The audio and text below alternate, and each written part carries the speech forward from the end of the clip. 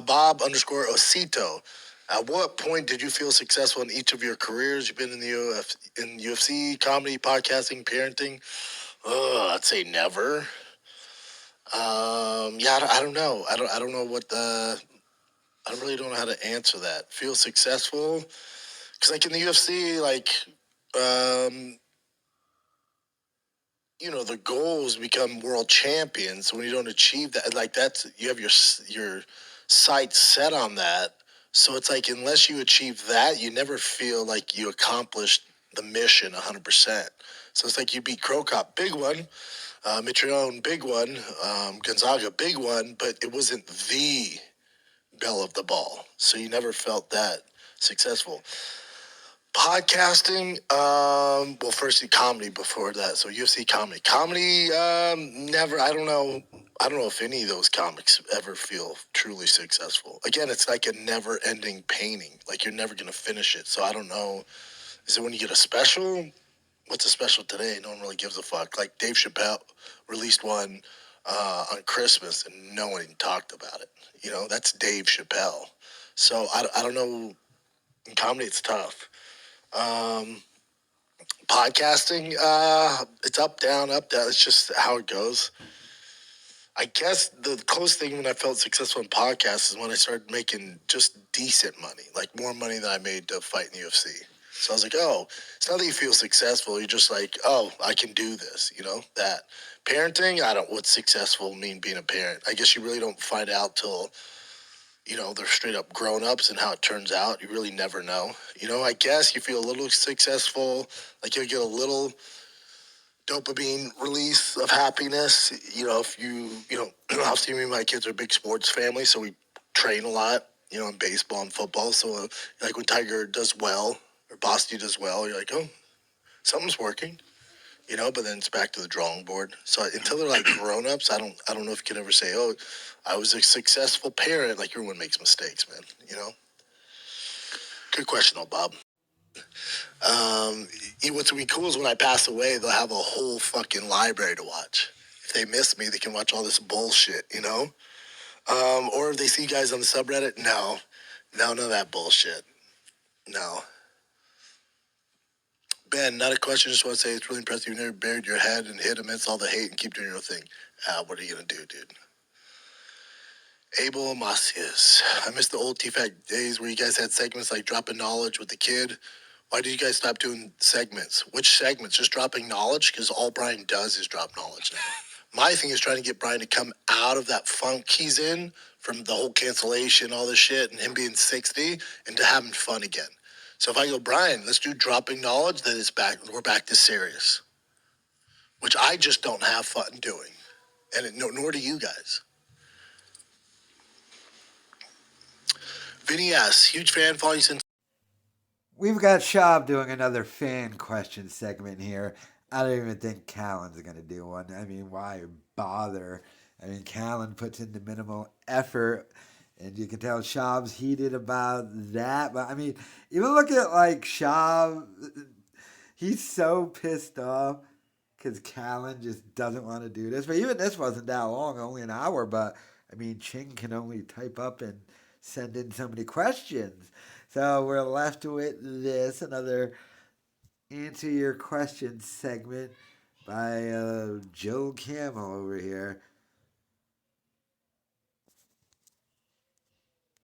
I mean, Bappa just goes, did he just say that nobody's talking about Dave Chappelle's new special? That's all anyone was talking about.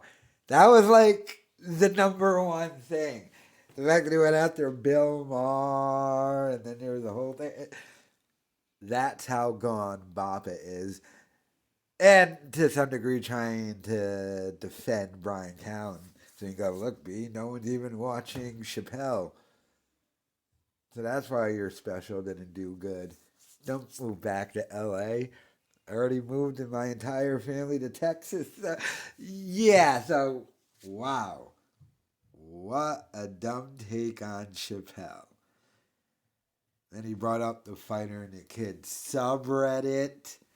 You're trying to involve them more, trying to lean into it, doing, of course, the worst job anyone could ever do at it. Of course, Schaub would Schaub that up and not do it right, not lean into it right. Dude's an idiot, and he's still complaining about Bryan Callen. And it hasn't dawned on him. Callen doesn't want to do that podcast with you, but he has to. He's forced to. And he's going to continue to act completely indifferent and not care and not be involved. And the thing that's making Schaub the most heated, and I kind of get Schaub's point on this, is that if that was just Callen's philosophy in general, I don't think Schaub would be complaining as much. Here's the problem: Callen is doing all of the effort and putting in work into the podcast. He's just doing it into his podcast, not the Fighter and the Kid one. Schaub sees that Callen has his own studio in Austin. Schaub sees that Callen actually gets like guests and like notable guests, not like Tim Kennedy or I already forgot the other guys' names who are on it. Not who's the other guy? I already forget their names, but yeah. So he sees Callen doing that on his podcast, though, and Schaub's like, "Whoa, hold on, B.